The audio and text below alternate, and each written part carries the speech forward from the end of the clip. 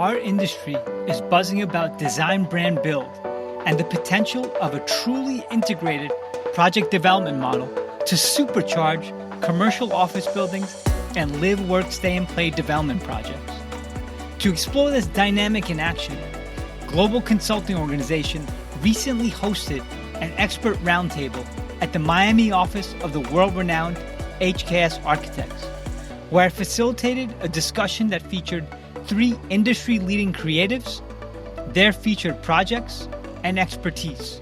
Sergio Sainz of HKS Architects, Aaron Buechler of Kimley Horn, and Adrian Zolkin of Styles. This FutureCast that was recorded live on January 26th touches upon many of the ideas, inspirations, and ideals that will become the foundation for the future built environment. Welcome to our most recent episode of the global consulting organization FutureCast. Thank you everyone for joining us this evening, and welcome to Design Brand Build, our expert roundtable. A new era in real estate begins today. I'm your host, Amit Egan Datwani, and I'm excited to be joined by my colleagues, Sergio Sainz with HKS Architects, Aaron Buechler with Kimley Horn, and Adrian Zolkin with Styles. Please, if we can get a round of applause for our experts, that would be greatly appreciated. This is my son, 12-year-old Krishna, who has, by the way, missed middle school basketball game and travel basketball practice just to be here. And as he told me last night, Daddy, I'm doing you a big favor. I told him the check's in the mail. So we'll be going down a little bit of a windy road, and I ask you to keep an open mind. There will be some concepts that we're sharing today that may seem like they're a little out there, but we're going to wrap it up in a nice bow so that hopefully by the time you leave, all of it will make sense. And if it doesn't, you have our contact information. We'll be making and creating a podcast and also creating a video. And ideally, this is the first of many, many design brand build events to come. So thank you all for joining us. First things first, we'll be doing a little bit of housekeeping. I'll be introducing you to the concept of design brand build and what exactly it is. We'll then turn to our experts who, just so you know, are working on some of the most notable projects in the entire state of Florida, and some may say in the entire country. We'll also be discussing the importance of branding for the years 2030 and beyond. As many of you know, residential projects have a good amount of focus when it comes to this idea of brand. But the question that we're going to pose to you tonight is, why are we not branding commercial projects? Then you'll be privy to a roundtable meeting between the 4 of us, where you're going to witness the concept of a fully integrated project starting team.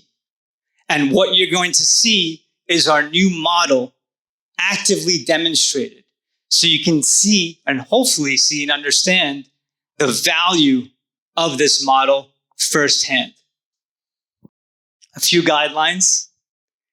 If you have any questions, we have a pen and paper on the back table.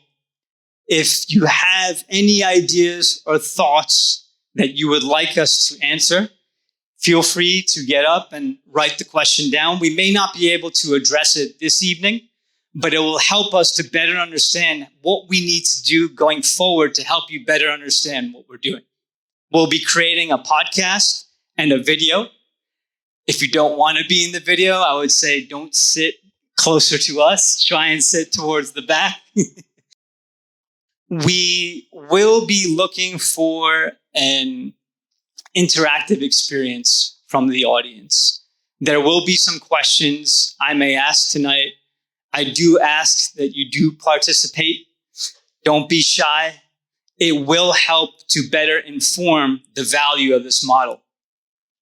After the program, if we have time, feel free to come on up and ask any of us questions. We would love to further engage about this topic and discuss ways we may be able to collaborate in the future. Lastly, but most importantly, please do your best to provide us with your undivided attention. We're all volunteering our time. Putting together a program like this for everyone's time would cost thousands of dollars. And ideally, if we're doing our job well, we can help you and your companies make millions and one day billions of dollars from the insight that you gain here tonight. Before we begin the program, thank you to our sponsors, Garden Butcher, Barry, who provided the food. It was fantastic. Thank you so much. HKS for hosting us in their learning center. Their space here was created for programs like this, for new ideas. And it's been an unbelievable experience so far, and deep thanks, Sergio, to you and your team. Kimley Horn and Styles, thank you so much for helping us out with our audio and visual needs. Thank you. And our collaborators, Fernando and Heidi, thank you both so much for your help. Heather with Kimley Horn, Devin with Styles, thank you. Aaron and Lisa for helping to introduce this concept to their networks. DJ Skinny, who's right behind me, thank you so much for your AV and all your skills and insights. We had a few fires that came up, but we were able to manage it. And Cynthia, thank you so much for the help. Okay, so design, brand, build. A fully integrated real estate development model that is in the process of being designed to supercharge commercial office buildings and live, work, stay, and play development projects. That is the overview of the package that we're going to provide you with today. And this will give you a conceptual understanding of what it is that we're presenting. And just hands up for anyone that understands just from those words to a certain degree what the heck it is I'm talking about. Fantastic. Okay, great. Hopefully we'll add about 10 more towards the end of the program. So before we get into the round table, I'd like to set the table so you understand a little bit about this journey and what we're going to go on here. The format that we've created is a combination of an information session, think tank, and what I call a laboratory for collaboration. Why we're using that model is because it's the best model we feel to allow for new ideas to formulate as we're going through this process. As many of you know, we've all changed in the past 3 years. Please raise your hands up if the person that you are today is 25% different than the person you were in 2019. The COVID 50. So what we see is that humanity has shifted consciously over the past 3 years. The idea of not going into an office to work, no one would have thought that was possible 20 years ago, if not less. That's all changed. That's a massive shift in consciousness. The problem is, and this is a major problem, and this is one of the problems we want to address with this model, is that the built environment has not changed. We have changed. Where we live and work has not changed. That's a problem. And there's a reason why we are also going down the road here. And this perspective may be a little bit out of left field, but please bear with me. So there's a why as to why we are going down this road. And it's something that I call the happiness business. I did ask you to actively participate, so please humor me when I say this. Please close your eyes. It will be brief, I promise. You are safe. This is the HKS Learning Center. So please reflect on your inner state of happiness. I see some of you wincing. I don't mean for this to be a painful exercise. We do have wine for that. Raise your hand if you feel that you are, and be honest, no one is looking, that's why the eyes are closed, except for me, and your secret's safe with me. Please raise your hand if you feel you are happy. Thank you. You can put your hands down and you can open up your eyes. It's interesting. Many times when I'm addressing an audience, depending on where I'm at, in Florida, I've noticed I see more hands. In New York, I see less.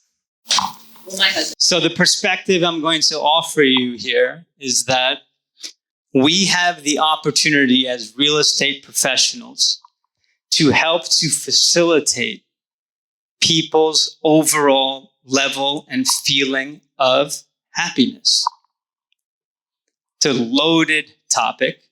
The topics we talk about today, we're going to give you small pieces of insight. These are very deep topics. There's 3 ways that we've identified that our experts are going to share with us more. The 3 ways we can facilitate the idea of happiness is by addressing 3 parts of a project. The convenience of a project, the experience of a project, and the overall state of well-being that we're able to offer others through them experiencing our projects. And the way we do this is through what we call a fully integrated project starting model. As many of you know, the traditional real estate development models, they operate a little bit in a silo. Architect or starchitect designs the vision, many times in a vacuum. Hands off to the developer or the investor. Investor says, my God, I love this. Amazing. Beautiful. Calls up project engineer, construction manager. What happens? How the hell are you going to build that? That's 35% above our budget. What happens? It goes back. What's happening? The developer and the investor are just getting so frustrated. Negative energy all over the place. Architect may even get fired. Goes back down. And why is this happening? Because the communication is not open, fluid, and transparent. The design, brand, build model is based on open communication, transparency, and everyone hopefully staying in sync. Because as we all know, raise your hands if you're married. Keep your hands up if you agree with the perspective that when you and your spouse are getting along, your weekends are better. It's no different in a real estate development project. It's just, guess what? The media doesn't talk about it. We here are talking about it, because if we don't talk about it, we cannot progress forward. So the products that we're going to be focusing on in today's talk and going forward will be commercial office buildings and live, work, stay, and play development projects. Our experts will be talking about 3 different modalities: live, work, stay, and play development project, vertical community, and 15-minute city. They are all working on these projects that they're going to share with us information on. They're 3 experts with 3 different professions, 3 different companies, and in 3 unique cities. So our goal is to give you a wide variety of information and perspectives so you can see how this model could be suitable for a wide variety of projects. So we're going to start off with our host, Sergio Sainz, Global Practice Director at HKS Architects. Sergio is a master of hospitality. His feature project is Four Seasons Jacksonville, which is in a larger context, the Jacksonville shipyards. And he'll be sharing some information with us as to what that experience has been like. So far, so good, everyone? Okay, so we're about to begin. Sergio, can you please start us off by giving us a little bit of the background of you and the Four Seasons brand? And then what's very interesting about this project is that what we had talked about, it's working to potentially elevate an entire city. Most people won't really equate Four Seasons with Jacksonville, but Sergio is going to tell us why we will be able to do that. Sergio? Thanks, Sami. So that's a lot to cover. It's a great question, and I guess we'll try to navigate through it. You know, if we go back in time, it was interesting because we were first looking at this project as a transformational project by the city of Jacksonville and their redevelopment agency.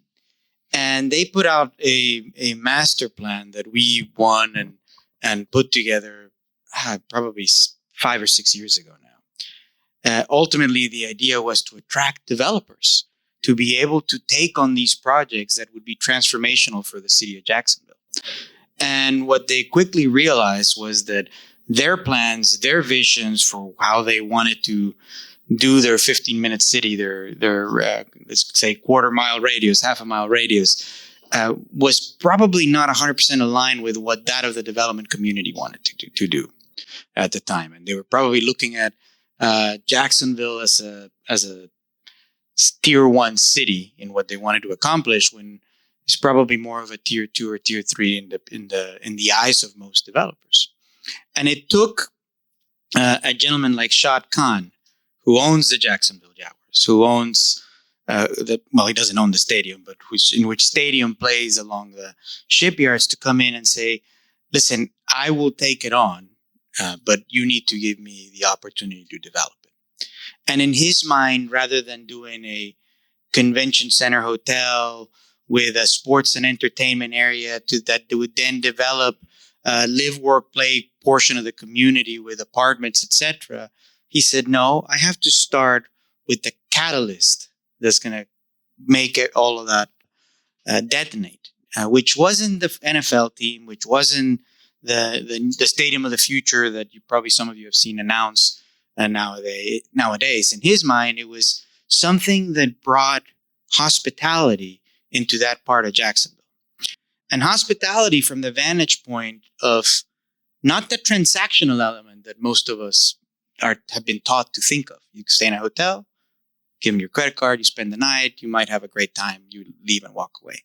But rather from the perspective of what the word means, which is hospitable, to welcome strangers and make them feel comfortable. And at the essence of every great development of lit work play is built around the idea of comfort.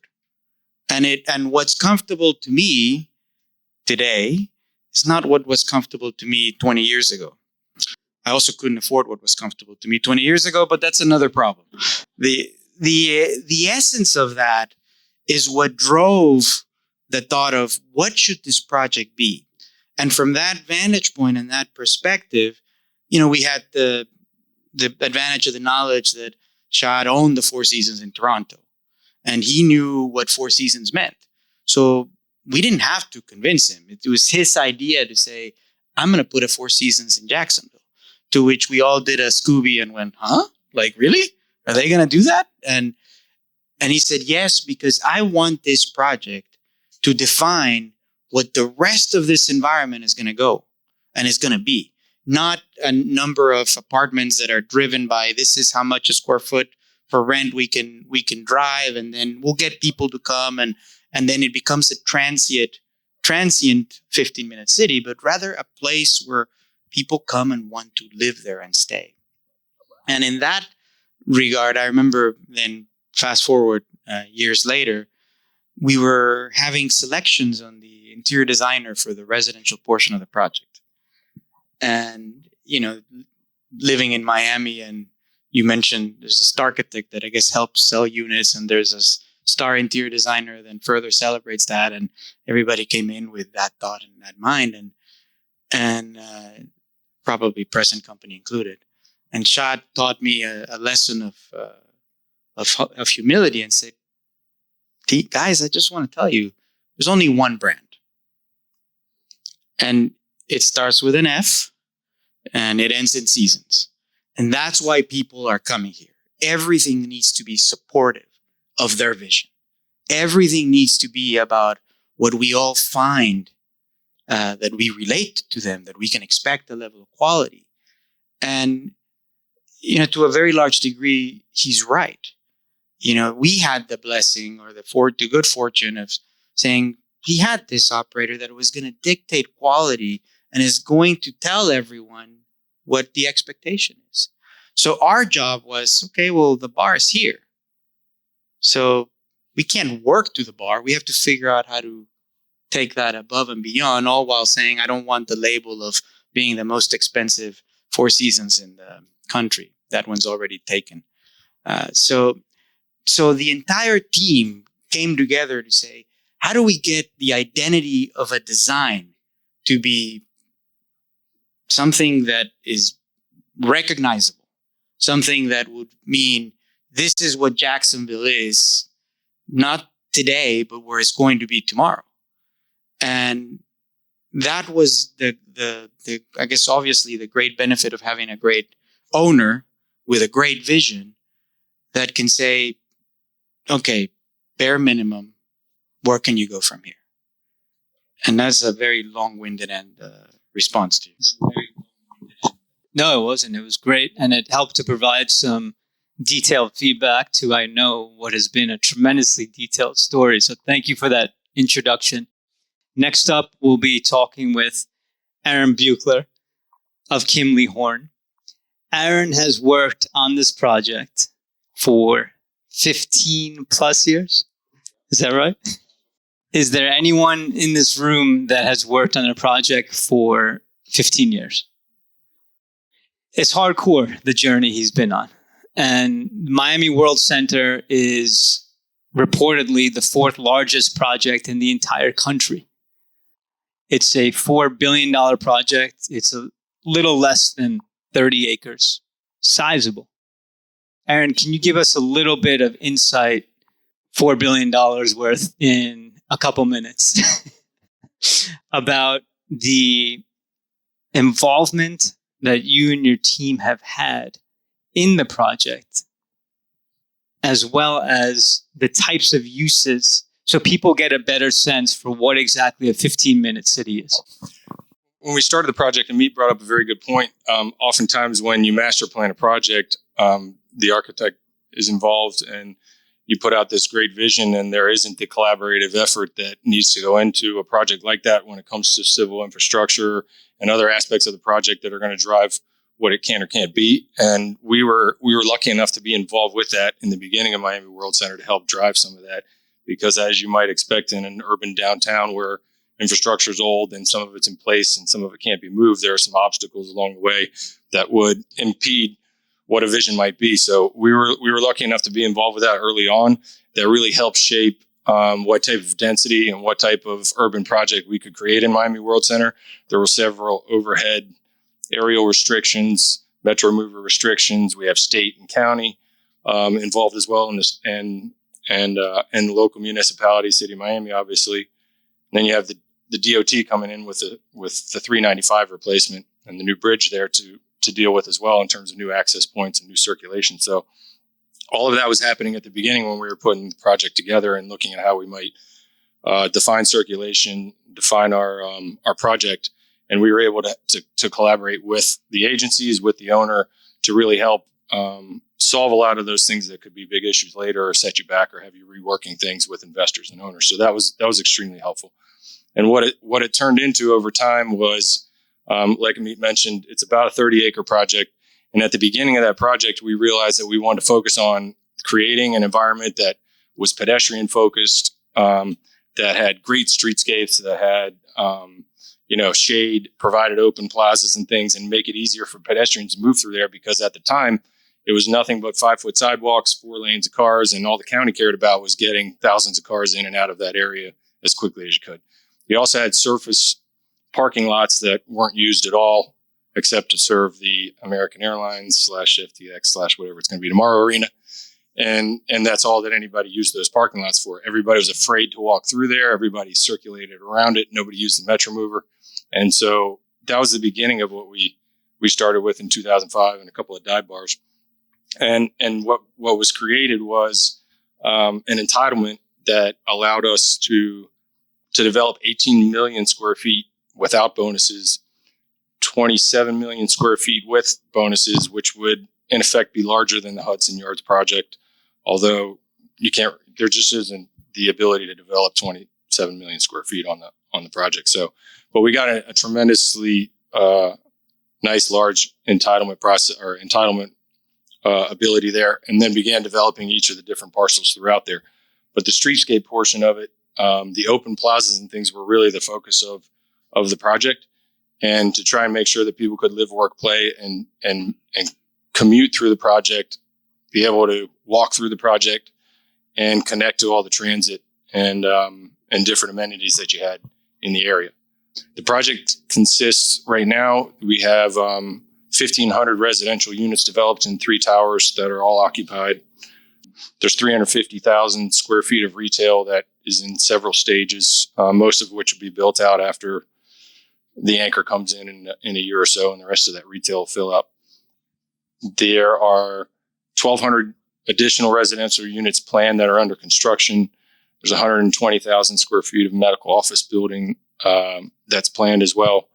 And there is an office element. We're entitled for an office element, but as everybody can imagine, when COVID hit, that changed a little bit, and we'll see what happens with that. But the medical component of it's nice. That's a nice amenity for us to have.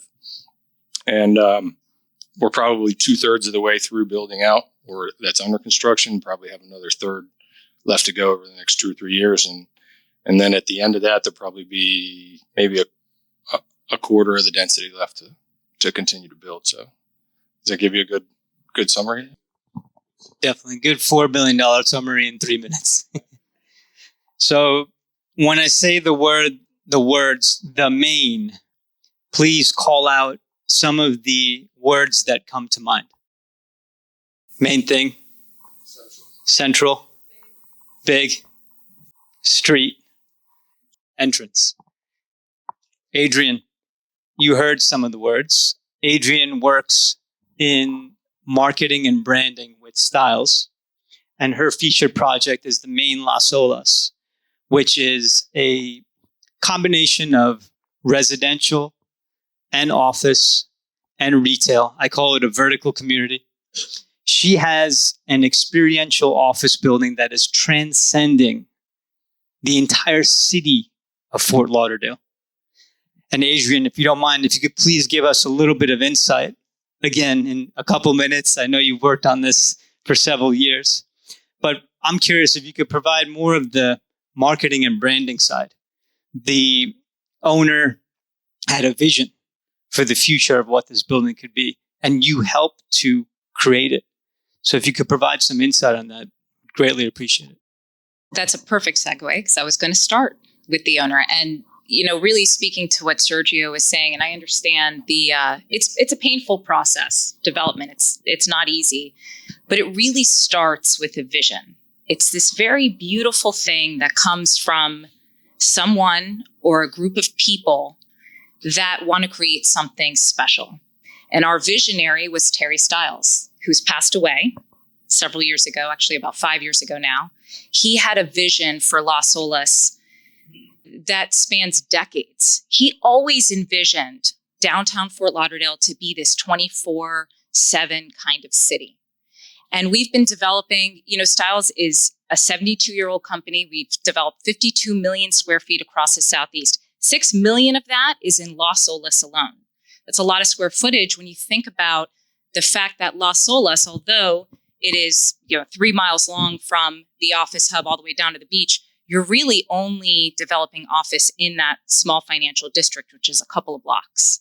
So we're 6 million square feet of office and residential. It all started back in 2005 when we developed a condo building.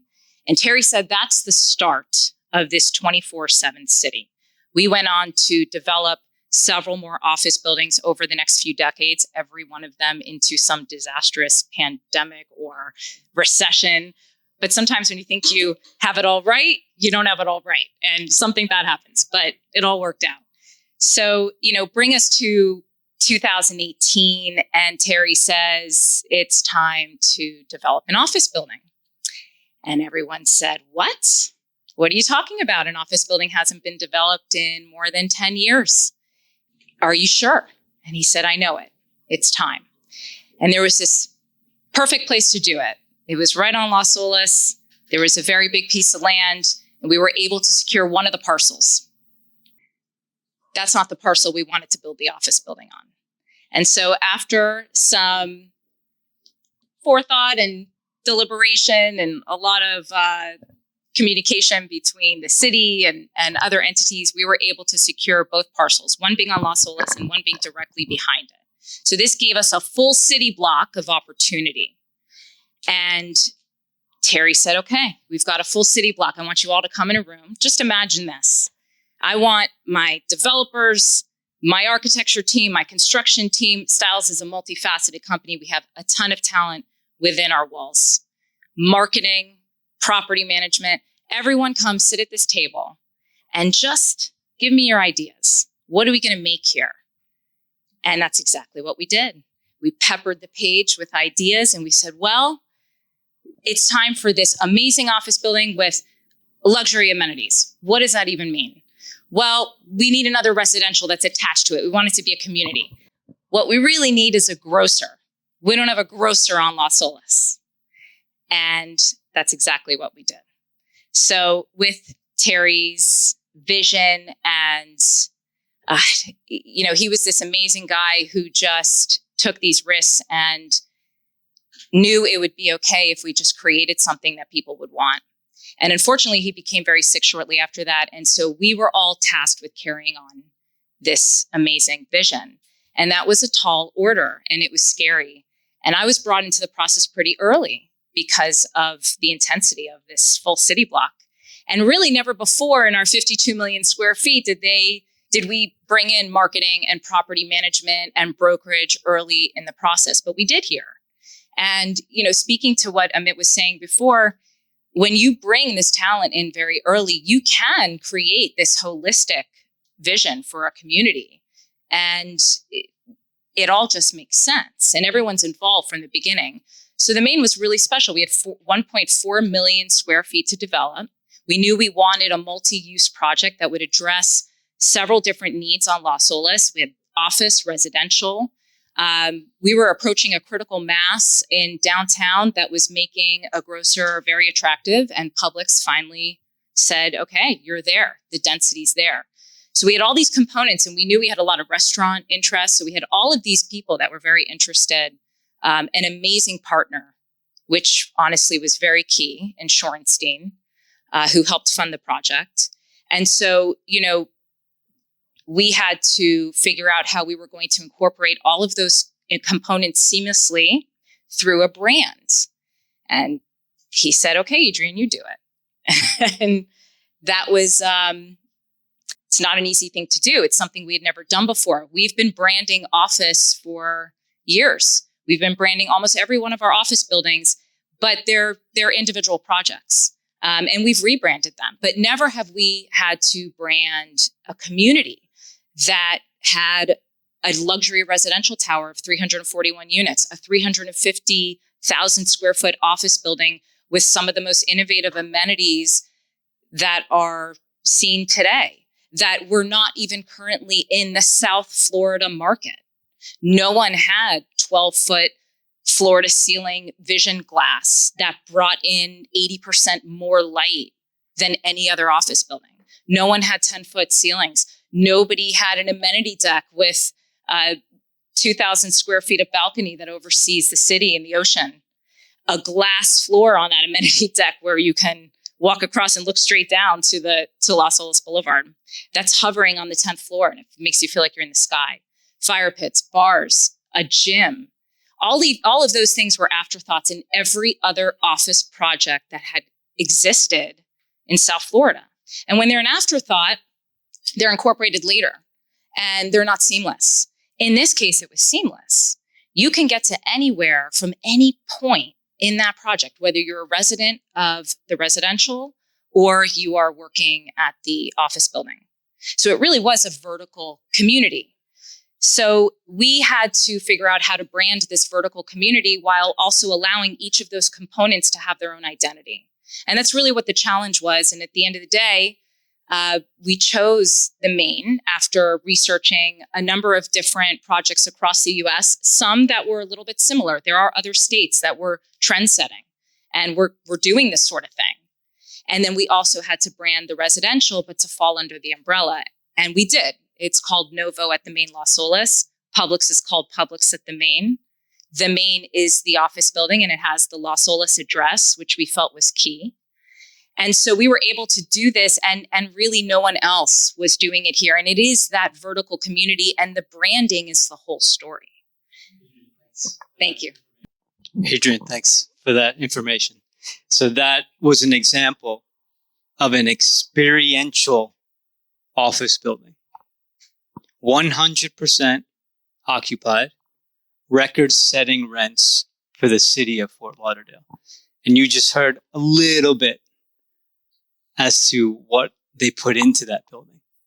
So that speaks well to the overall model to supercharge commercial office buildings. That's what we need to do going into 2030 and beyond. Who travels on the Bright Line? Couple words that come to mind for the Bright Line. My family and I, we live in Boca Raton, and we came down today on the Bright Line. I've been telling my family about the Bright Line stop opening in Boca literally for 3 years, right? I love it. I have not invested in it, and it may seem like that as I talk more about it, but it's an example of a successful business / product in today's built environment that meets convenience. If we drove down today, would have taken probably, I think, an hour and a half. Yeah, there we go, firsthand.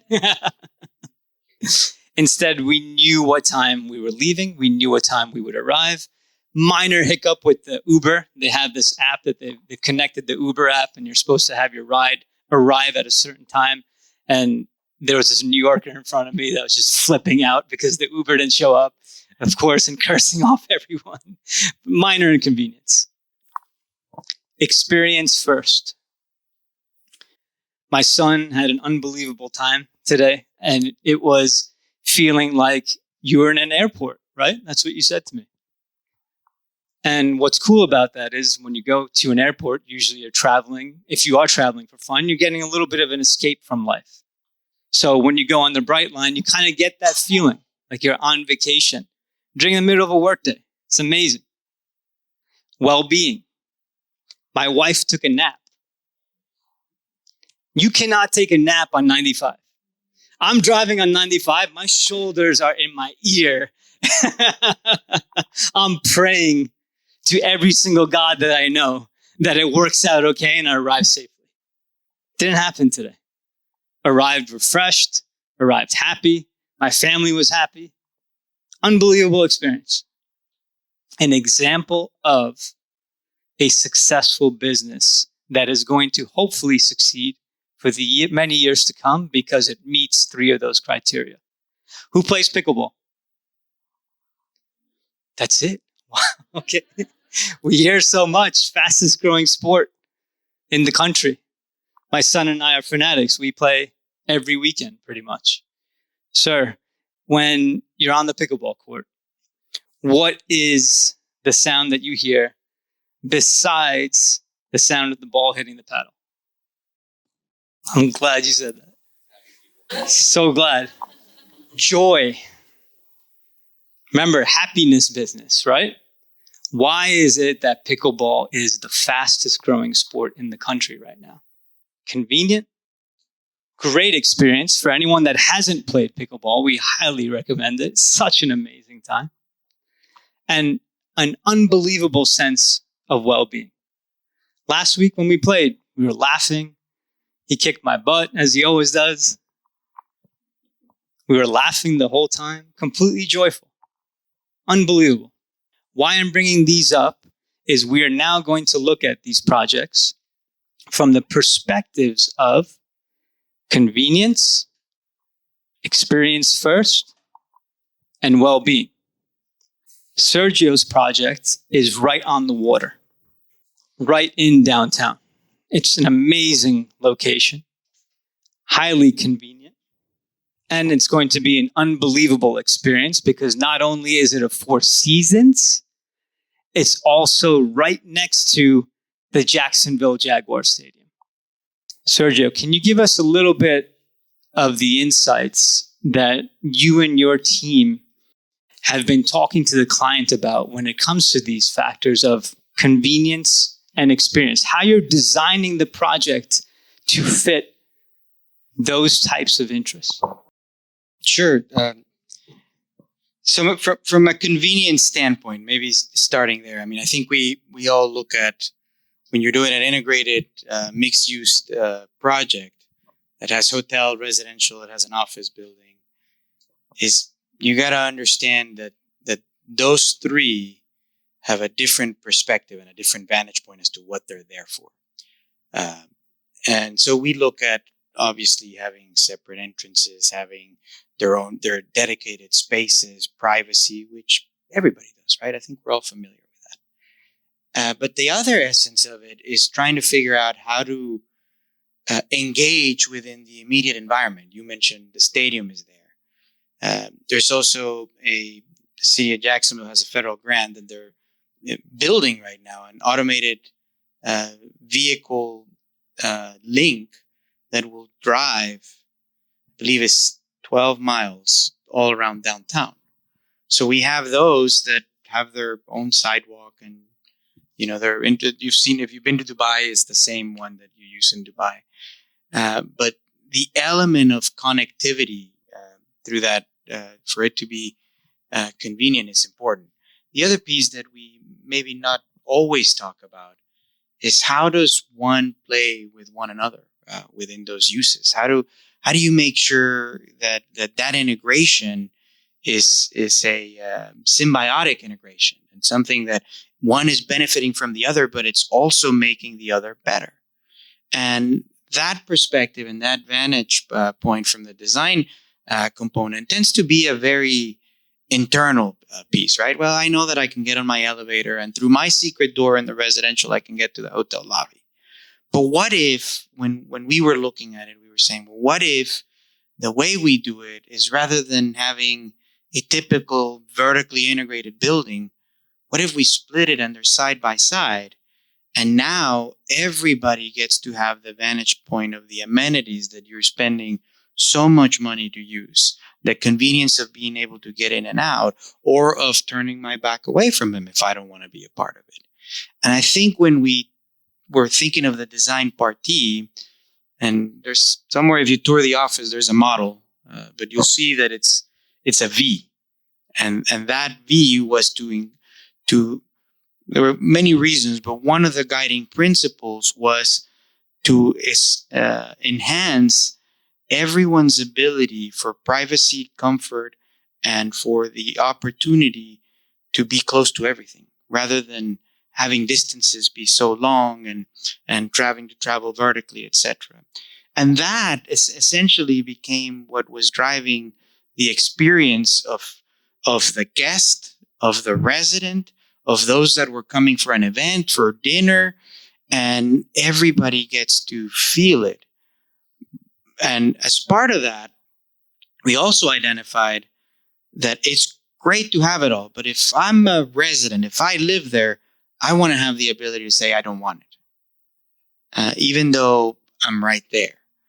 And that's probably a little trickier, right? So our residential units then focused on, you know what, I can't have a corridor down the floor plate, because then if I buy a unit that looks at all the hotel amenities, then I'm stuck with it.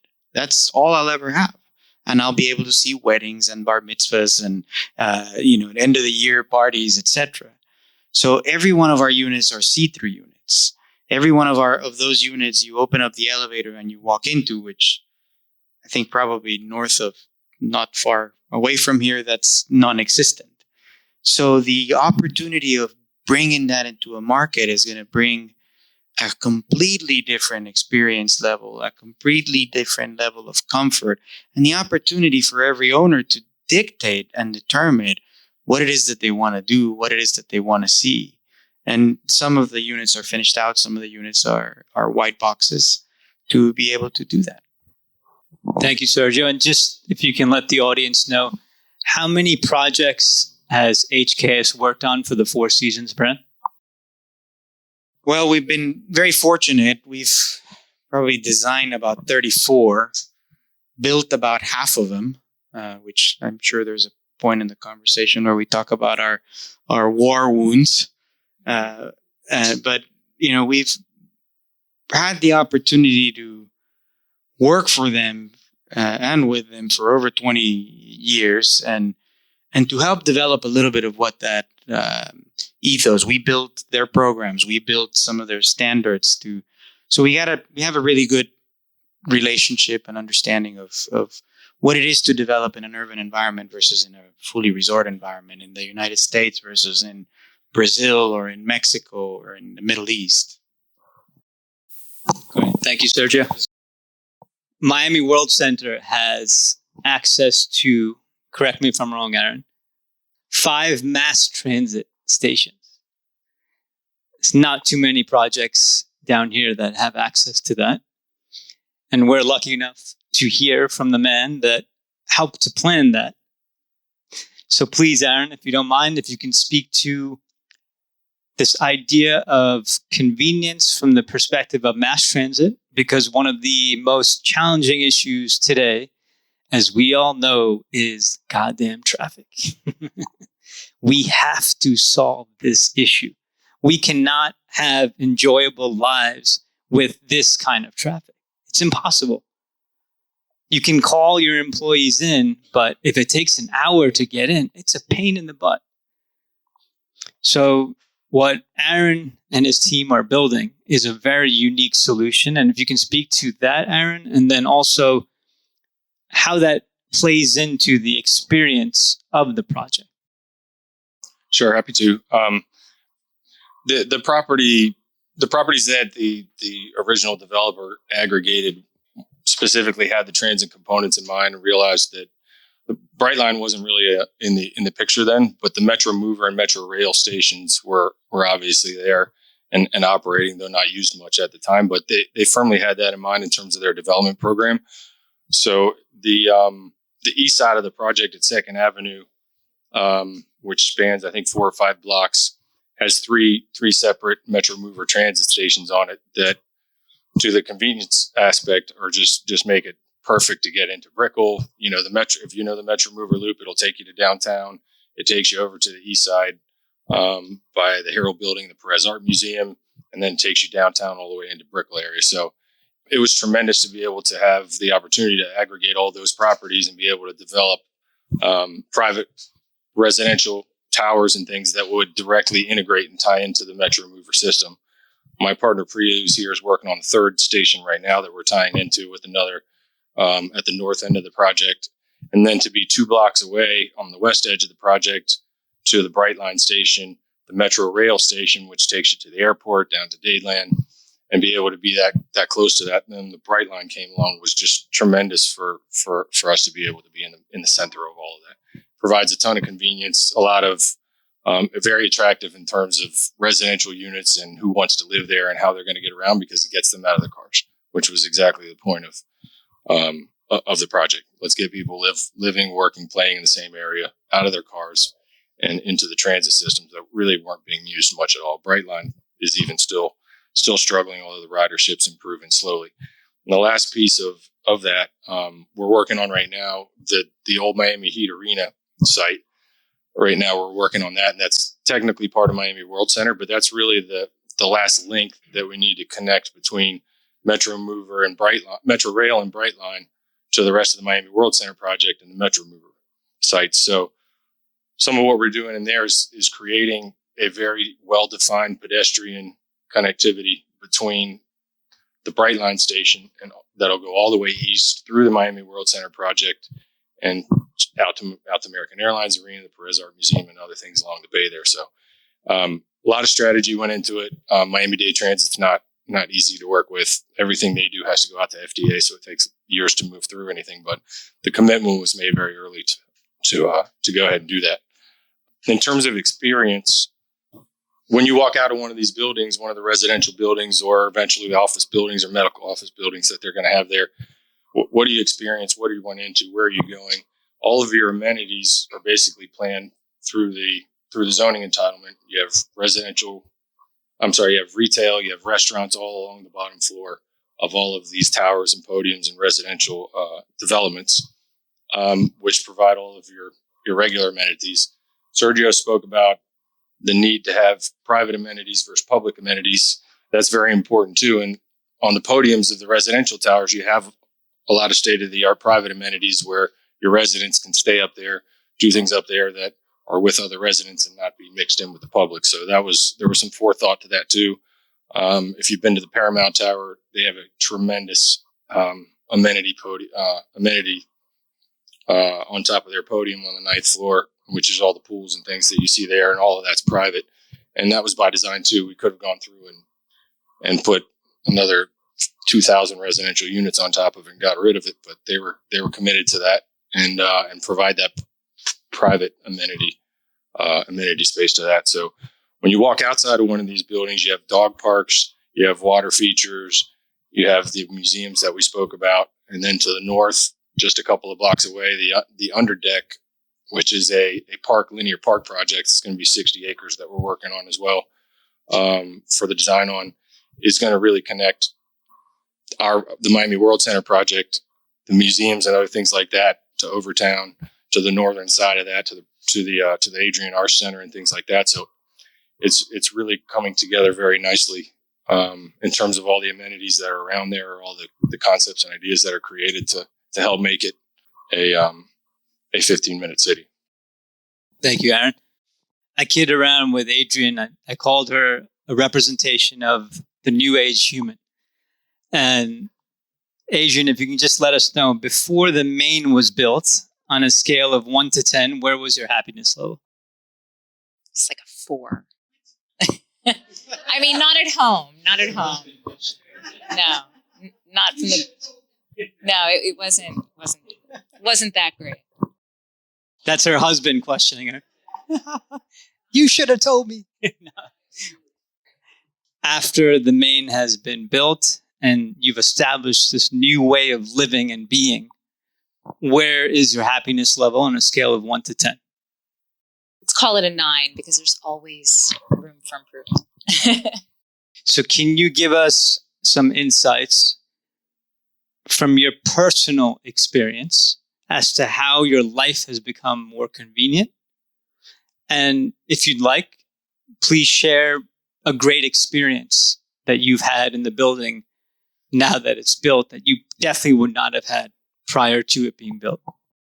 Yeah, I mean, I think just personally speaking, I was sort of the target market when we were developing, not just me, but, I was within a certain age range where there's a lot of talent within that range being recruited to Fort Lauderdale.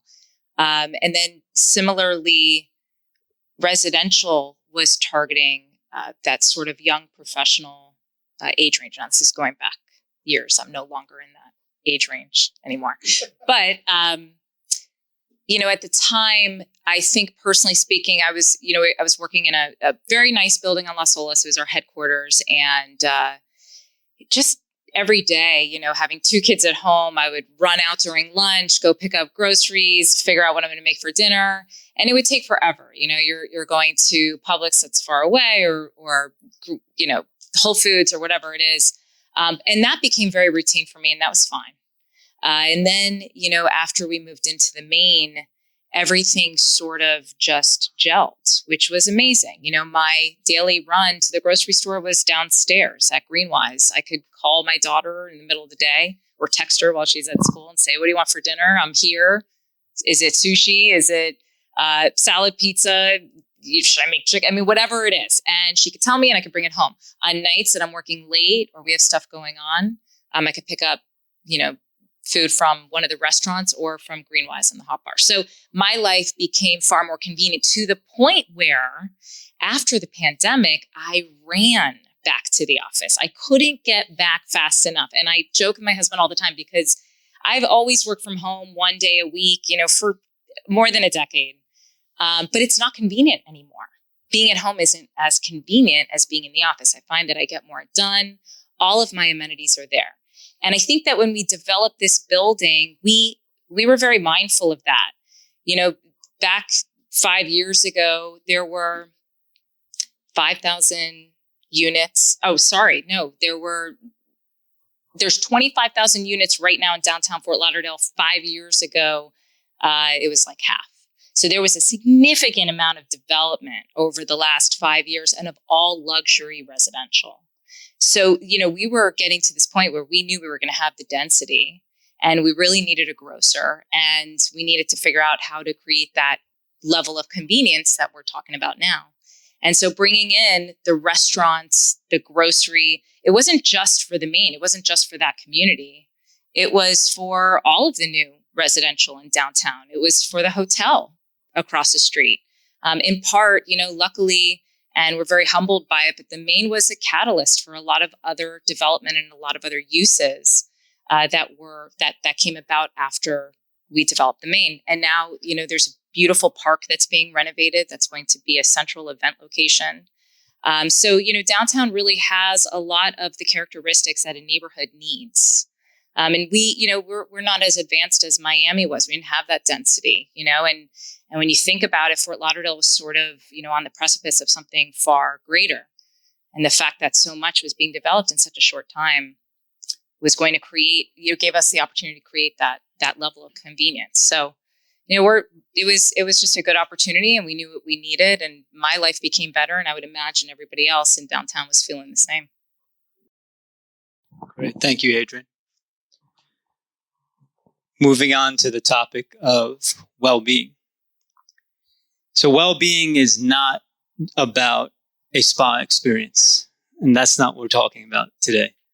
What we'll be talking about is how our experts and their companies take into consideration the overall well-being of all those that come into the premises of their properties. This is a very lengthy topic. All of these are very deep topics, so we're just trying to highlight and give you a big picture overview. So Sergio, if you can give us one, I know you've got a lot. If you can, the one that comes to mind with regards to the project and what your team has been doing to look at that concept of well-being. Yeah, so you asked the architect to say one thing. Man, good luck. Now, so, when we looked at big picture, and I mentioned like our residential units, our see-through units, our building is V-shaped. The focus for that on a resi perspective was, when we're at home, we have the level, and when you live in a single family home, you have the opportunity to connect with the outdoors, both with natural light. You have windows, you can open them. You may have cross ventilation, particularly if you actually hired an architect, you should have all those things. But so how can we do that on a large development, on a building, on a high rise? And we paid a lot of attention, and a lot of effort went in to try to make sure that we did that. And then once we did that in the big building, then we had an interior designer that we had to convince that the interior of the units should embrace that as well. So those were elements that were of importance to us. You talked about the floor to ceiling glazing. We have it on vision glazing, low iron on all the public. So Apple Store glass on the public side. On the residential side, we have some reflectivity for privacy that goes back to as well an idea of well-being that has to be with how we perceive our own environment. Thank you, Sergio. Aaron, we've talked about this idea of shading and water features. And these are concepts that don't get talked about in the media, but if you could provide some insight as to the tremendous amount of attention that you and your team pay to this notion of shading, because it's damn hot down here. Walking your project 9 months of the year is challenging. So if you could give us a little bit of insight into that, that would be great. So how many people are willing to walk 2, 3, 4, 5 blocks to a meeting with a client or somebody else and not think they're going to be soaking wet or get rained on the whole way? So that was kind of the idea, getting people, it goes back to getting people out of their cars and things. The project started off at 30 acres. The private developer and owners dedicated over 5 acres of private land, which they also lost some density on, to be able to create wide sidewalks, shaded canopies, canopy trees, provide the environment for people to move through the project. And then as we were developing that, we were up in Jacksonville picking out huge trees that we could bring down to the project, and groves of, oak groves and things like that, so that we could get immediate shade. On majority projects, you'll see people put in the smallest trees they can. The first thing to get value engineered is the landscape architecture. They put in, 2-inch sticks that take 50 years to grow in a 2-foot tree well, and things don't ever work out, right? You're still in blazing heat for the next 20 years, and you saved a couple bucks here, but nobody's willing to walk past your building. So that's really what we focused on. And in giving back that land was trying to provide a, if you want to call it an urban microclimate. Their entire textbooks on it that I never would read, but I knew that if we created this type of environment and provided shade and shade structures that would at least help facilitate people moving through the project, and walking through the project rather than driving 2 or 3 blocks to the next parking garage, that we could have something long term that would be successful. So that was definitely the main focus for us. Sergio speaks to amenities and private amenities and things like that. And within the private residential buildings, that was a big focus for us too. Everybody wants to do the next big thing on an amenity deck and make it look great and have people feel like they've got a secluded area to be alone or with their fellow residents. And that was probably the other big focus with us, and all tying that back to getting to the transit stations. So. Next July, you and I have a date for a meeting outdoors at Miami World Center at 12 p.m. Let's test it out. Yeah, that's right. Thanks, Aaron. Adrian, people always ask me, do tenants actually use the gym in an office building? Many times you go to an office building, and if they do happen to have a gym, it's one of those gyms that's maybe smaller than this room.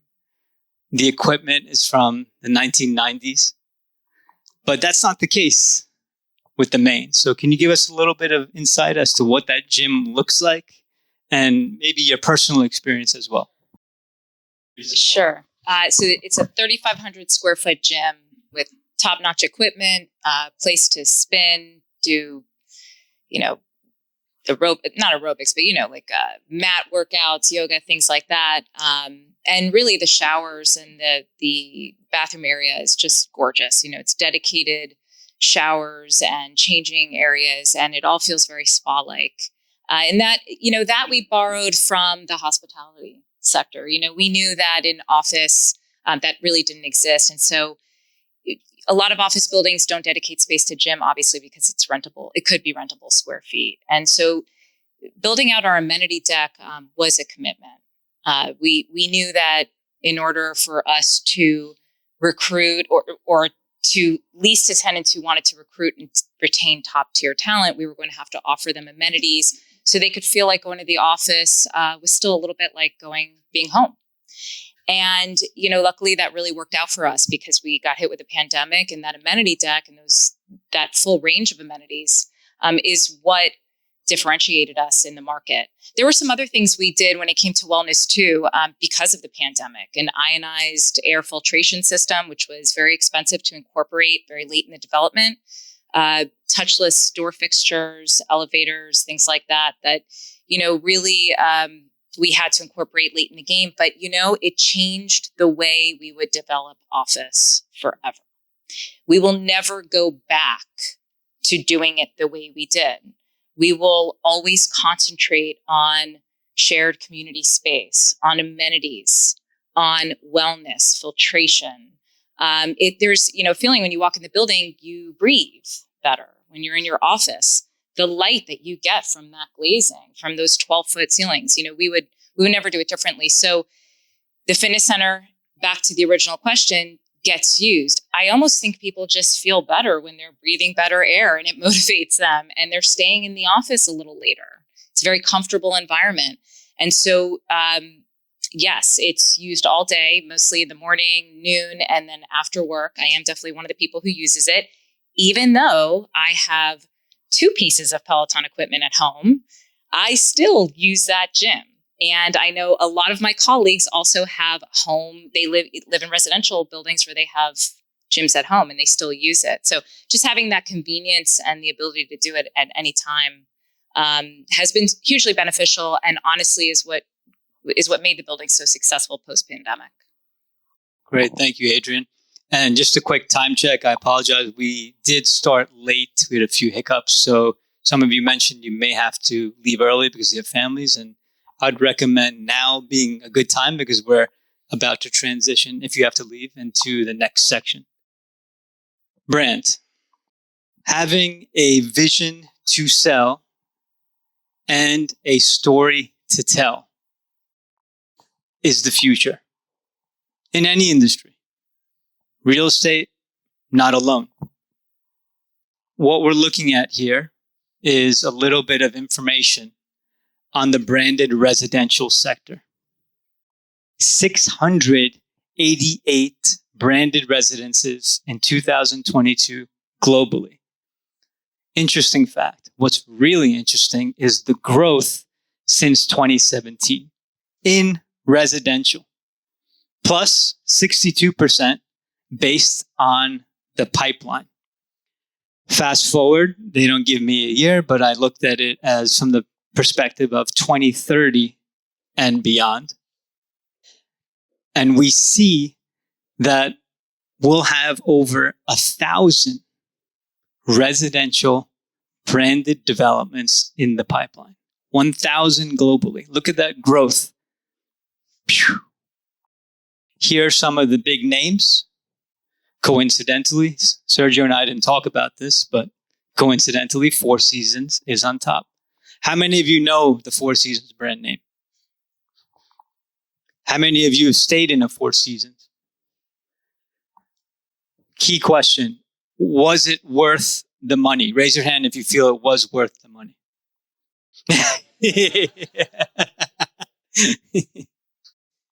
Yeah, bonus. So Four Seasons leads the way. Ritz-Carlton Right after that, St. Regis, and then some other very notable brand names. 75 projects, 53 completed, 22 in the pipeline for 4 seasons, 48 completed for the Ritz-Carlton, 24 in the pipeline.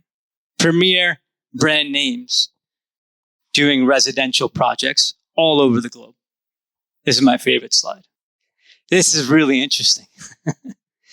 So we're talking about brands, but there's this word that I came up with that I feel is going to be relevant to Dubai, and that is the word over-brandification. We have to be careful. We can't just stick a brand on a project like Honda and expect it to just sell out. Dubai has 45 branded residences. South Florida has 38. South Florida has 18 in the pipeline. Dubai has 33 in the pipeline. New York City is right behind that, 23 and 6 in the pipeline. What I find very interesting is that look at the climates of Dubai and South Florida. And I ask you, is there a connection between branded residential projects and fantastic weather? Yes, it's hot here, but we're all here for a reason. We love it. And also, is there a connection, again, these are deeper topics, between level of happiness, branded projects, weather? Are we talking about the future of the happiness index? Maybe. Maybe not. So this next section of the program will be talking about this concept of brand. A vision to sell, a story to tell. Why are we not doing that in the commercial world in a much larger way? Who knows Ian Schrager? Not personally, but who's heard of Ian Schrager? Sir, what do you know him for? Edition? Studio 54? Anyone else? Ian Schrager Hotels? Delano. Who's been to the Delano? Keep your hands up if you feel that was such an amazing experience. He was on it. He really created a revolution. He took the concept of a hotel and created this unbelievable experience, and he's still doing it. He's no longer, from what I understand, with Marriott and on the Edition, but he's got his new baby, Public Hotels. Beautiful hotels, amazing visionary. Why are we not doing that same concept and model with office buildings? Think about it.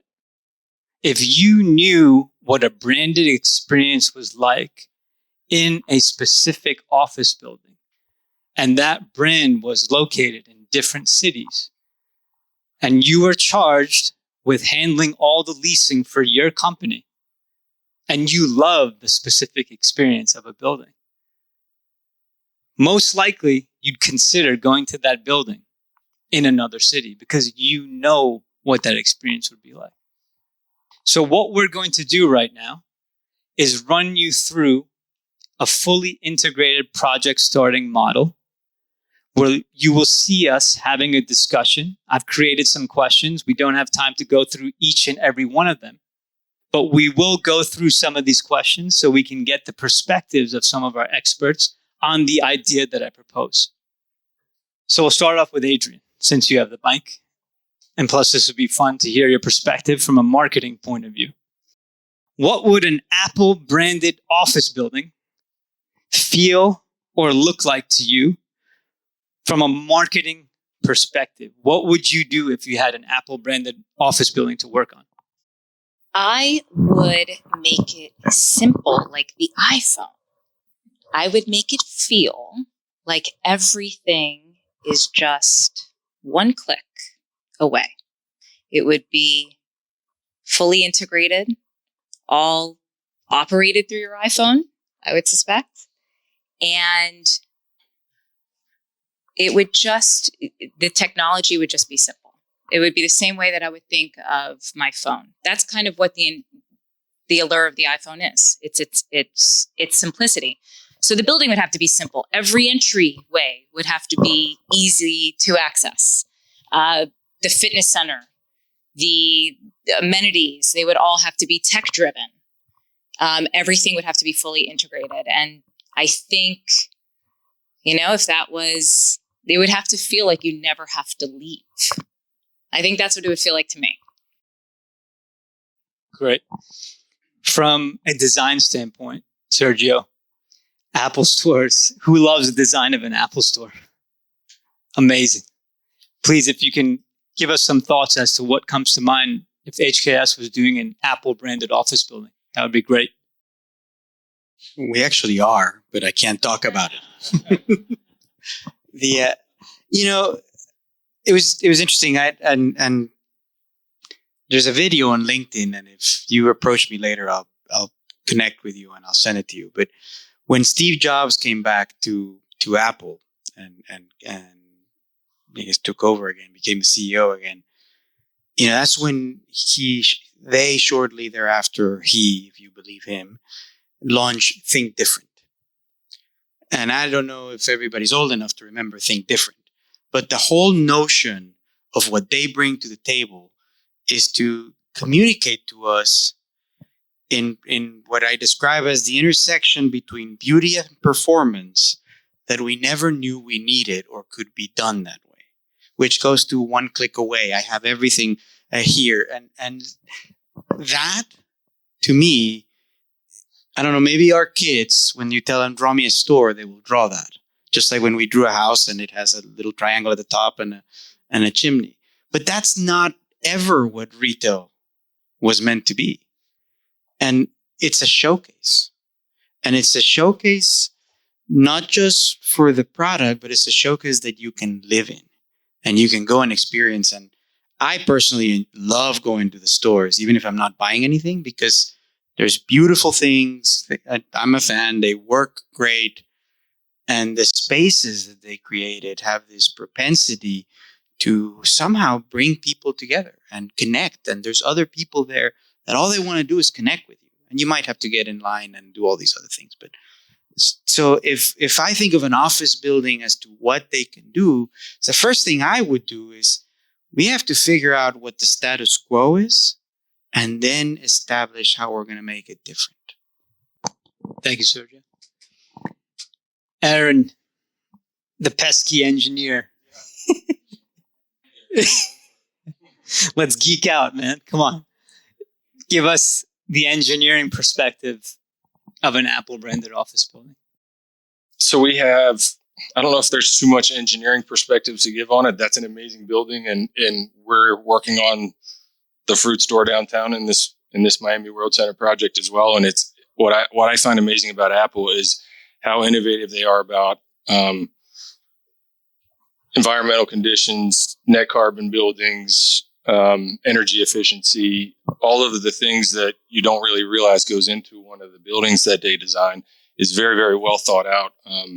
The one that we're working on now, they're considering using timber because of the carbon storage and things, and some of the other environmentally conscious initiatives that they're taking are really leading edge. So I think that's attractive. We have 8,000 people in the country in terms of staff in 100 offices. And the thought of being able to be in an environment like that, we're pretty cost conscious about our offices, and we can really, from an engineering perspective, we can't go in and have an attorney's office, or it looks kind of ridiculous, right? So we're somewhat cost effective on that, but to be able to be in an office environment like that and have our staff work in a place like that where daylight's coming in, 10, 12 hours a day, you've got 12-foot ceilings and the things that Adrian talked about, creating in an office environment. Our staff works really hard. Priya's sitting out there right now thinking, yeah, you're right. And we're pulling 50 hours a week pretty consistently. But to be able to have that happen in an environment like that would be tremendous for us. And it really goes back to what you said in terms of you want people to work hard. You want people to feel good where they live and where they work. And that would be tremendous for a firm like ours. From an engineering side, I'm glad they're using those materials and and they're thinking of those types of things to be, net carbon zero. This is going to be the first building that they do like that. So it's interesting, and I really respect the fact that they're doing that, or they're performing that way, because we all need our buildings to work like that, and they're right out at the front edge of it. So. Great. Thank you, Aaron. And how many of you work from home? How many of you would be more motivated to go into the office if there was a building like this? Interesting. How many of you are lying? We're not going to answer all of these with our experts, otherwise we'll be here till midnight, but I just have a few questions that I'll be flying through just to provide you with some ideas and perhaps some information to ponder. Imagine a Tesla branded residential building. This would be cool. A Whole Foods branded community. How many of you go to the grocery at least 3 times a week? Once a week? Once a week. Okay, so we'll go once a week. How many of you have gone to the grocery store and sometimes forgot something because you were rushing to go somewhere else? That's a big one. Now imagine you have a community that's designed with your convenience in mind. The experience of going to a supermarket is not very enjoyable sometimes. But imagine if a community was created in such a way that one day you walk home after a long day of work and your fridge is stocked. So imagine that feeling. Now, this can be applicable in a city or a suburbs environment. Just something to think about for the future. Pete Wells is a New York Times food critic. Who's familiar with Pete Wells and his reviews? So he's had an interesting shift in the past couple of years. I've been reading his reviews for several years. And he always used to focus on the best restaurants being the biggest names, the biggest name chefs, the most amount of money put into the build out, all the fancy stuff, all the stuff that us New Yorkers love, right? That's changed.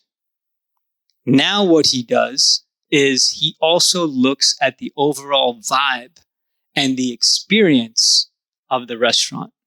So the question I pose to you, can we integrate an experience factor into the systems that we are designing for the real estate industry? Can that be a layer on an Energy Star system or a LEED system? Or is this going to be such a big topic that we create a brand new system just focused on the experience? Now we'll be turning to our experts. Who's familiar with the restaurant Noma? Has anyone dined at Noma? So Noma has been noted as the best restaurant in the world for 5 years. That is insane. That is not easy to achieve. I haven't been there. I was hoping to make it there. Maybe one day I will. But what's interesting is that the owner just shocked the restaurant industry earlier this month and announced that after the year 2024, they will be closing down. Shocking. 5 years, best restaurant in the world. What they're going to be replacing it with is a concept that's a laboratory. No one really knows the details of the laboratory. That's to be determined. But starting in 2025, he'll be creating a laboratory concept. And the use of that space will shift with time. So what is a pop-up restaurant one day could turn into something completely different the next week. This is a multiple layered question, experts. So please bear with me and try and follow it. Who recognizes this man? We had this amazing picture of Mr. Obama in the White House with his daughter, Sasha, when she was 9 years old, peeking around that couch to see if daddy was looking. The picture was not high res, and that's one of my pet peeves, so we're not using it. But we found this other picture. The President of the United States. Has anyone heard of that title? one of the most important men on planet Earth. Essentially, doesn't exactly do it, but essentially works from home. Why isn't the media talking about that? Why aren't there great stories from the spin doctors about the fact that one of the most powerful men on planet Earth successfully, not looking to get political, successfully works from home? Now for the punchline. 8 Shenton Way is a vertical community being built in Singapore to be delivered to the built environment 2028, 2029. Multiple uses under one roof: residential, office, retail, public plaza, hotel. All of these concepts within one roof. So we have this 3-part question for our experts.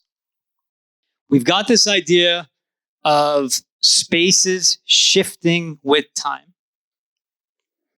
We've got this notion of work from home may not necessarily be work at your kitchen table or in a cubby that you create for yourself and you try and block out everyone else and hope that they don't interrupt you. And then we've got this idea of vertical communities that is popular in Asia, not so popular here in the United States as of yet. Time Warner Center in New York was a great example of this. Where do we go from here? It's very confusing. Who wants to tackle that? I mean, the idea of community is important. It's what is really what helps shape every one of us. You know, I guess I'll speak it from my perspective of, you know, when we started having children, it was the notion and the conversation was about, you know, who do we want around our kids and how do we want to get them to be impacted by that? But the thought of the availability within your community, I think, is what this is more closely driven to. And the opportunity that if we get to take our 10, 15-minute city and we get to condense it and we get to do it all into one spot, how much more convenience and how much more comfort are we going to have? Which I think there's a lot of value in that. Now, me personally, maybe I'm a hopeless romantic, but I like the idea of discovery. And if we have the opportunity to go beyond our immediate communities, I think that's enriching. And now I don't like the idea of being in the car for an hour. That's for sure. But the thought of how do we get this project or a project like that to be enriching to those that inhabit it, but also to those that perhaps live around it and can come and you have the opportunity to engage with others and to expand on that, I think is where the real value is. So maybe put another way, with my hospitality hat, if we were to build or design all our hotels to be like Walmart, where I know where I'm going to find everywhere, then you're never going to get that feeling of traveling being the only thing you buy that makes you richer, because you're only going for the same. So I think there's an important element that we need to take beyond the essence of just let me make sure that I have every single thing that I need in life readily available on my fingertips or next to me. Now, also because of my age and background, etc., I've never had that. So it could be that my bias is affecting that notion. So I don't know. It's an interesting conversation. That's why I kind of I'm not sure how to tackle that. Yeah, these are very deep topics. We're just scratching the surface here. Adrian, what do you think? You know, sometimes I think that might be just a matter of available land and density and what can we do with the parcel that we have. I think sometimes it starts there. As simple as that might be, you want to maximize your land just from a development perspective. If not, and I don't know the vision behind this and how this came about, but let's just say they wanted to create this all integrated vertical community. I think from a branding perspective, we struggle to give things an identity and to tell a story. And here it kind of all falls under one roof. And it would be interesting to me as a case study to figure out how all of that plays well together.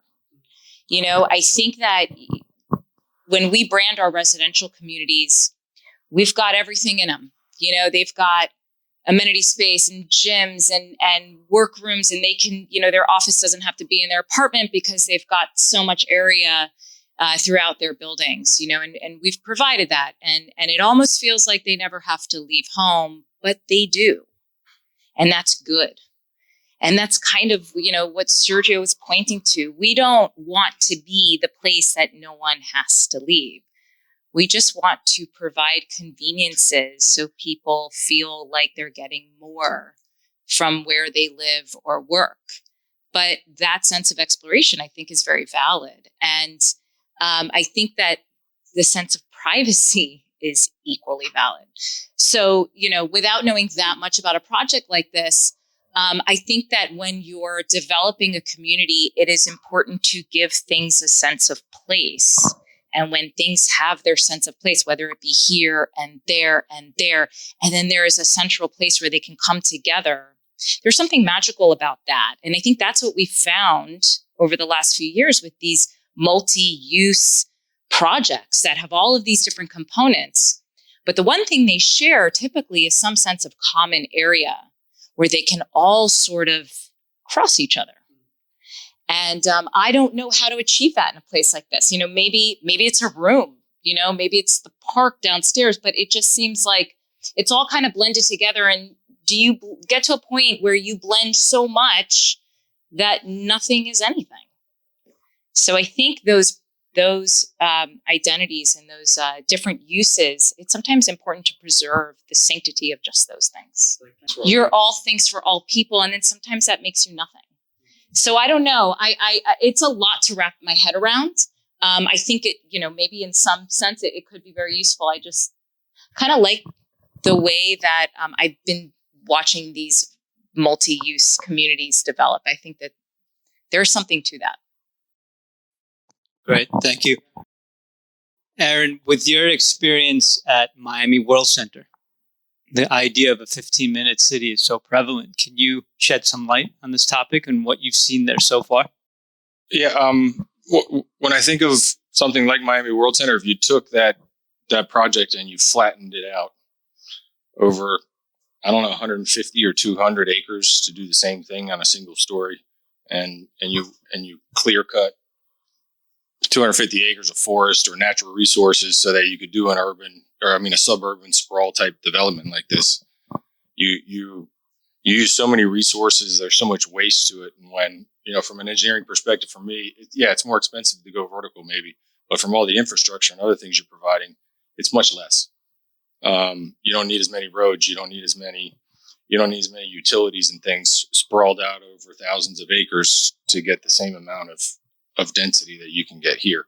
And long term, I think that's really important for us to think about. And if we can create communities where you have those amenities that have identity, like Adrian and Sergio are talking about, that make themselves unique, but still provide those other types of things that somebody wants in a suburban environment, you could draw more people into the city, have less suburban sprawl, less development out there like that. I live in a house and I have a yard too, and I kind of appreciate that. But if something like that were available, you might think about living in a more urban environment like that if it had all those amenities and it was unique. So that was, my perspective on it is, I think these need to continue to develop, and I think that'll continue to draw more people into cities and into urban areas, and I think it'll use less resources over time. Sergio, you have an additional thought? I think that it's interesting when you think of it from that perspective. For me, Aaron, I think you're spot on. I think maybe, again, it could be my bias when I look at a building like this, and what we're talking about is, maybe it's a question of scale. Maybe we should talk about it's an integrated building or a community integrative building. But the notion of having this big building now not provide any sunlight to that guy because of the scale of it is maybe a little bit of what I'm having an issue with. Now, you're right. Singapore, maybe portions of Miami have commonality of challenges in real estate, and therefore you have to go up, and that's that. But the value that this person's going to have versus the value that this person's going to have that always has a park in front of it is diametrically like that. It's different. It's night and day.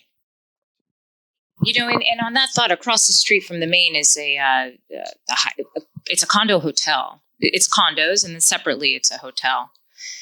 So you get a little bit of that, and then it's restaurants downstairs, and so that is a little bit of a vertical community. The experience is different for everyone there. It's different for the condo owners. It's different for the patrons of the hotel, for the people visiting the restaurant. We're doing a little bit of that, of course, not on that scale. But when you think about it, we are doing a little bit. We've got a community where you have grocery, restaurants, banks, office, residential, all within a block. Maybe it's not just one parcel, but it's just two. It's not grossly different. And from the looks of the size of that, it looks like it's probably taking up quite a bit of acreage. So that might even amount to a block. So we're doing a little bit of it, but I think Sergio is right. I think it really comes down to scale, because if you were to put that everywhere, then you are sort of missing the feel of that open community and that open connectivity. And that's really important for downtowns, is that open air, the connection between your neighbors, and the element of privacy. So I think we're doing a little bit of both. Maybe we'll get there. I don't know, but it's interesting. Thank you for that. Side note, I spoke with your colleague, Adrian Kevin. And Kevin is an individual that works at Styles. He lives in the community and he works in the community. He never works from home. He always goes to the office, which he told me, I think it was a 1-minute commute. And what was interesting, for those money-minded people here, anyone money-minded? In real estate, doesn't exist. He said, I will pay more for convenience. He's 30 years old. He's a millennial. Think about, we are primarily Generation X providing these perspectives. My son's generation, Generation Z. Then Generation Alpha, born after 2010. How are they going to look at their lifestyle decisions going forward? Something to think about. A few more quick ones. If we were to develop a commercial real estate brand, what would you call it? That's something to think about. A commercial real estate brand. I'm not going to answer that. No problem. Because if I did, it wouldn't be right. There's a lot of thought that needs to go into things like that. It depends on the time, and it depends on what we're doing. Commercial real estate spans a lot of different types. Are we talking? If you were forced and you were an expert in a roundtable and you were being asked the question, what would you call it, Adrian? Hypothetically. That's what I was just saying. What are we talking about? What type of commercial are we talking? Let's say we were developing a building that had commercial office and retail, and we were doing this project in 5 tier 1 cities across the country. Oh, I see what you're saying. Okay, so there are residential brands, not even in hospitality, but just residential developments. Office and retail. That's fine, but this is akin to a like Elon, which is, there's tons of them around the country. And so you're talking about a unique office product that would be developed all under the same brand. Imagine the equivalent of W Hotels, for example. Global brand being developed across the country. So here's why branding is difficult in commercial office. It's not always about the name of the project. It's never about the name. It's never about the name. It's about what makes that project special. It's about what's unique. And when it comes to developing office, there has to be a draw. Sometimes it's you're at the heart of the city. You're on, in the example of the Main, we were literally on Las Olas and 3rd, which... Adrian, what would you call it? Feel free to pass the mic if you need some time. It's a troubling question to ask a branding person. That's why I put her on the spot. I'd call Adrian. And I would think through that for a while before I answered it. I would call it. I'd call it 1. That's what I would call it. Sergio? The one. There you go. We are such a good team. See? Project starting team in effect right here. Yes, that's my name. I'm sticking with it. I'll add one more word and call it the only one. Oh my God. Oh, look at that. Look at that. Now you see the value of our model.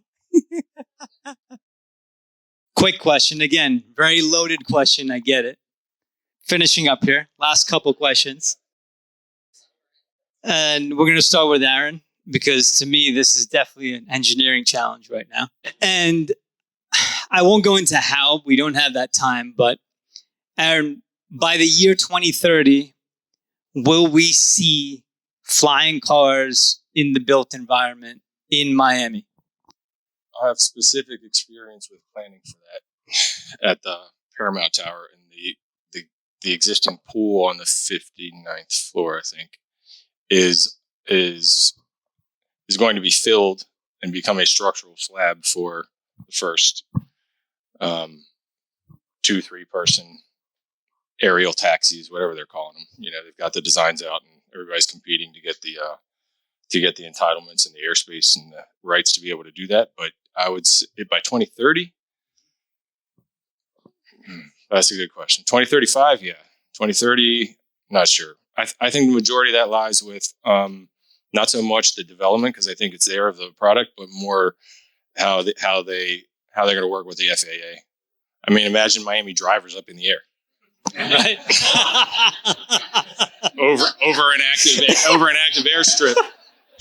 Like, we can't even handle it on the road right now. How are we going to do it up in the air? So,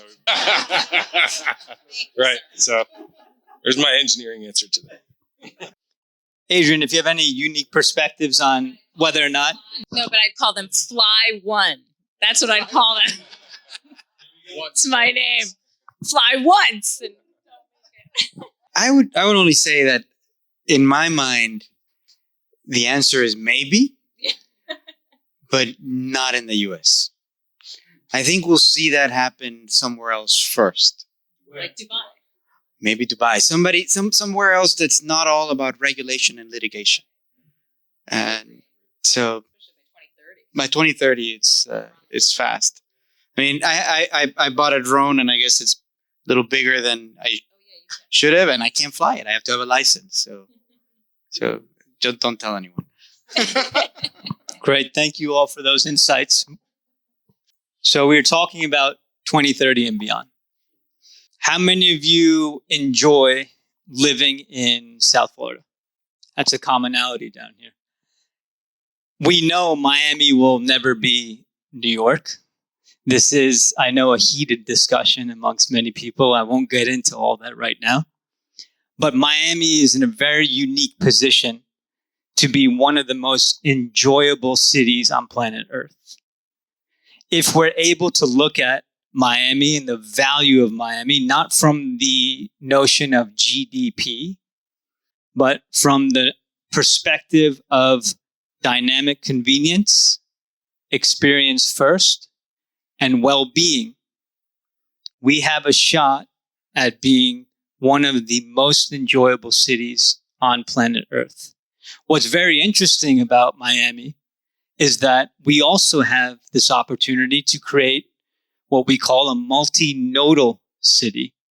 What that simply means is several forms of downtown. Most cities will have a downtown area, but here what we see in the city is that projects like Miami World Center, there are several sites that are in the city that Aaron and I were discussing before that also could be like the next Miami World Center, slightly smaller, about 18 acres. And what we say is that there's this great opportunity to integrate the institutional sophistication of cities like New York with the innovational creativity of South Florida. New York is very rigid.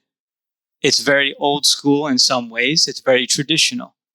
It takes sometimes 10 years for something to get passed in New York because guess what?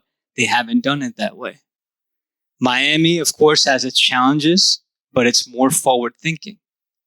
Because of that and the importance of innovational creativity, we will see a very, very different and exciting city in the years 2030 and beyond. A fun fact is that there are now 1,120 city-sized projects being developed in 40 plus countries. This movement of creating live, work, stay, and play development projects and communities is picking up steam in a major way. There is going to be a tremendous opportunity to bring in this idea of branding and creating multinodal cities. So with all that in mind, experts, look at this in any way, shape, or form. This will be one of your final thoughts for the evening. Please give us your vision for our great city of Miami in the years 2030 and beyond. I would say the continued urban growth in Miami and drawing people into the city is one of them, is one of the elements that'll be critical. I think that improving and integrating transit and mass transit into Miami is going to be critically important. We're the third largest city in the country, and I think we're ranked 25th in terms of transit and where it really goes.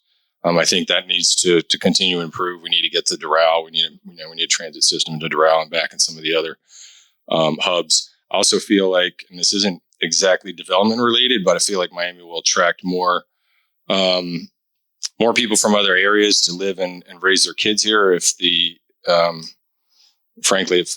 public education system's improved. I mean, that's a problem when Amazon was looking at sites down here and a headquarters down here and other big offices and firms and things think about moving down here. It's traffic and it's schools. I think we can, the cities, the urban neighborhoods that we're building are great. The identity of Wynwood is fantastic and things like that. But I feel like to really take it to the next level and bring more people in that regard, we need to improve the schools and be able to have everybody use transit more easily. So those would be mine.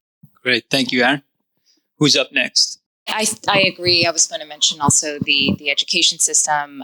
There's infrastructure issues here that have to be addressed, and obviously transit education. I think that there's amazing opportunities for redevelopment.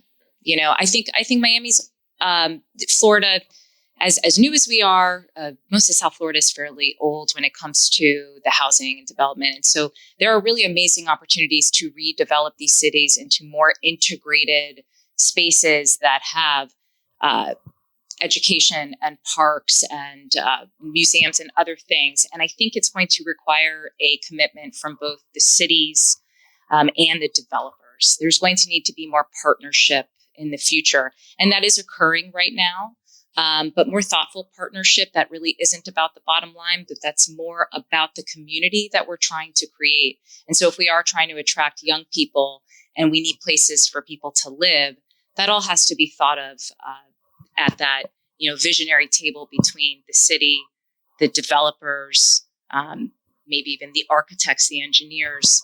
So I think we're actually going toward that. All of the new development that I'm seeing is really an integration of all of that expertise and those ideas. And I think cities want to be more than just how much is that development going to make me from a tax perspective. I think they want all of that community-centric characteristics to come about. So I think 2030 and beyond, if we continue on this path, we'll see more of that in each of the cities. And then hopefully with the transit system and some of the innovation there, we will have a more integrated, multicultural South Florida, which is pretty incredible. I mean, the culture here is unlike anything else. So if we can just do that, I think we'll have a pretty good 2030. So, I think you hit the nail on the head, and you took one thing that I was going to add. Right? So, no. So I'm going to say three things, then expanding on the last one. I'll start with that one.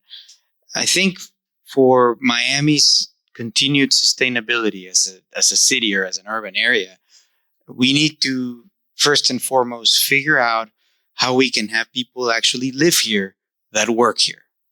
Okay, there is a huge disconnect between Miami wages and Miami costs, and it's going to take a lot of will from a lot of people, including political will, to be able to overcome that. Second thing that I was going to say is we need to figure out how to make Miami sticky. A lot of people come, a lot of people go, and that fluctuation is a big piece that affects the cost of living here. Because people come, they spend money, and then they can go away. And that is key to a sustainable environment as a working community, is people have to want to be a part of the community beyond I'm just here for a few years. And it's interesting, and I'll speak to that from somebody that moved here, I guess 9 years ago now. The first time I thought, well, I've been to Miami a ton of times, but it's just a fun town. And it wasn't until I came that I realized that there is a very well ingrained community here of people that live and work and they build their lives and they're second, third, fourth generation. But that's a much smaller percentage than what the perception of the overall urban area drives. So, and I don't know how to solve that. I'm just saying we have to solve that. And if I did, I'd be running for something. But the third thing that I would say is, the elements that we've seen in our city with the cultural growth, like I've seen the cultural growth in the last 9 years. The effort to try to do better transportation needs to be coupled with some great urban design guidelines. Like if only our authorities actually had the ability, because they can't. It doesn't work that way here. There's not one strong mayor. But if they had the ability to say, this is the city limit, everybody gets to develop here. These are the heights. This is how it's going to taper, and it was contiguous, it would go a long way. Some of the cities have that. Yeah, but they're at odds with each other. They're disparate. Yeah, that's why we do need some kind of overall vision master plan for South Florida. I mean, it's just not a master planned area. It never was. South Florida wasn't made like that. So it's kind of hard to go backward, right? But exactly. But they're really, we just didn't get here like that. So I think overall, everyone sort of needs to come together to decide what they want Miami to be first. Sure. And then we can probably make it something that will be sticky. And listen, in some ways they're doing that. If you think about all the things that we're thinking about with climate change and how every single city, Miami, Fort Lauderdale, Palm Beach, all of the coastal cities are coming together at a state level and thinking through how they are going to combat climate change. Are they going to raise roads? It's all infrastructure. If we could do that for everything, if every city had certain guidelines, like you said, it would change a lot of things pretty rapidly. Right now, they're all operating in silos. So I'm glad you said that. It's a great segue into our final slide for today. X marks the spot. Gen Xers, please raise your hand. Gen Xers are 1964 to 1980. Why I'm saying X marks the spot is I'm also a Gen Xer. I feel that us in Generation X have to be the ones to push and bring this change forward. The idea to positively impact others and enhance the human experience does not necessarily resonate with baby boomers. There are some baby boomers that have adopted the lingo because their marketing and PR people have taught them how to do that, but they truly, in their hearts, do not feel impassioned by the idea of enhancing the human experience for the greater good and to lift others up. Mainly Generation X is very fired up about that idea. Why you see that diagram, the way it's set up, is Generation X, our parents, our baby boomers. Try to get your kids to understand the perspective of our parents. We, Generation Xers, already have a challenge sometimes understanding the way our parents think. We understand it because we grew up with them. That's how mom and dad are.